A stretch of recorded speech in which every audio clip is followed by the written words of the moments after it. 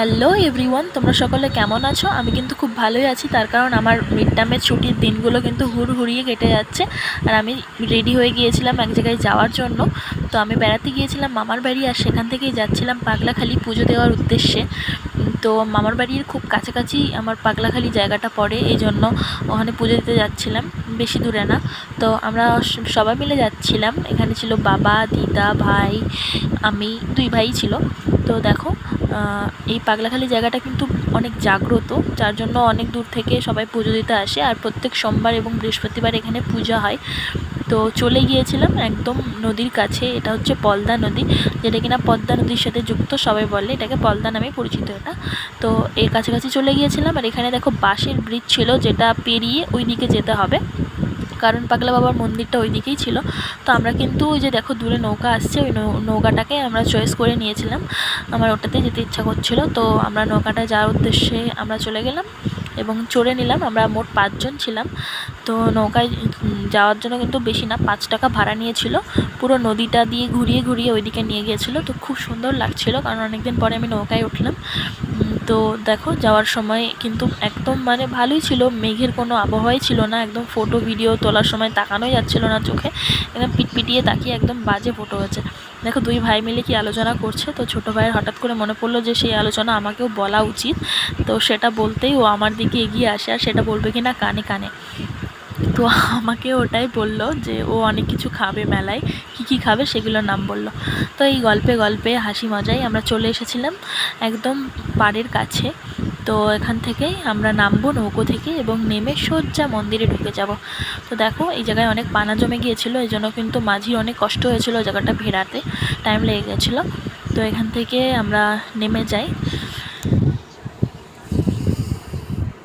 নেমে আমি পুরো সিঁড়ি দিয়ে পুরো উঠে একদম মন্দিরের দিকে উদ্দেশ্যে রওনা দিই। আর পুজো দেওয়ার জন্য কিন্তু আমার দিদা সমস্ত সামগ্রী বাড়ি থেকে এনেছিল, কারণ উনি মালসা দেবেন। তো ভালো করে পুজো দিতে হলে বাড়ি থেকে সব জোগাড়জান্তি করে নিয়ে এসেছিলো। তো সেগুলো নিয়ে আমরা মন্দিরের দিকে যাই। আর এটা হচ্ছে পুরো মেলাটা, এখানে একটু ছোটোখাটো মেলাও বসে। আর এটা হচ্ছে নতুন মন্দির করেছে দর্শনার্থীদের জন্য আর ভক্তদের জন্য। এটা নতুন মন্দির, এটা আগে ছিল না। আমি এখানে অনেকদিন পরে আসি, আমি ছোটোবেলা থেকে এখানে আসি, কারণ এটা অনেক জাগ্রত জায়গা আর আমার অনেক পছন্দের জায়গা।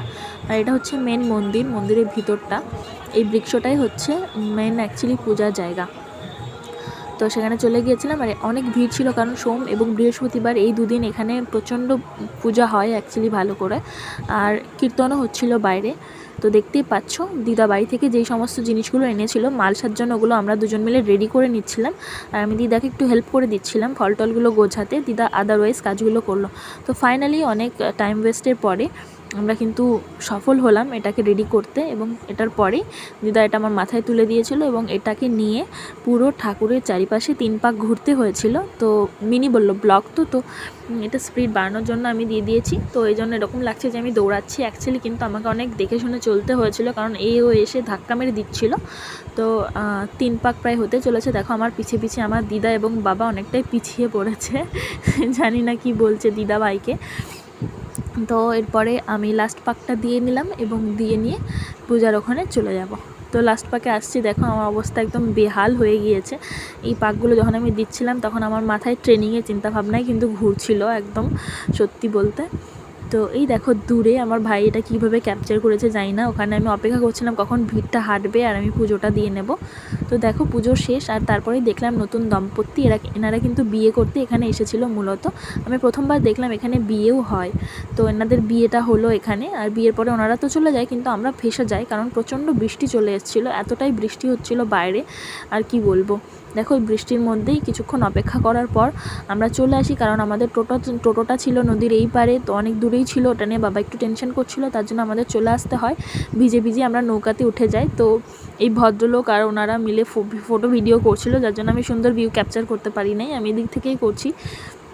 তো দেখো এই দাদুর ক্যালমা কেমন পা দিয়ে আর হাত দিয়ে দুটোকেই ব্যবহার করে ইনি নৌকাটাকে চালিয়ে নিয়ে পাড়ে নিয়ে চলে আসলেন। তো পাড় থেকে আমরা নেমে যাই নৌকা, আর বৃষ্টির মধ্যে আমি দেখো একটু কিছু খাওয়া হয়নি, প্রসাদ খাওয়া হয়নি, ওখানে ঘোরা হয়নি, কিচ্ছু হয়নি, তাই চলে এসেছি। ওই যে আমার ভাই তো তারপরে আমরা টোটোতে উঠে যাই, উঠে যাওয়ার পরে আমরা চলতে শুরু করি। আর এটাই দেখো যে আমি বলছিলাম বৃষ্টি মাথায় কিছু খাওয়া হলো না আর কোনো কিছু করা হলো না, তাড়াতাড়ি চলে আসতে হলো, এই জন্য সবার মনটা একটু হয়ে গেল। তারপরে দেখো আমরা 4 জন মিলে এই ব্যাপারটাকে আলোচনা করতে করতে আমরা অবশেষে চলে এসেছি।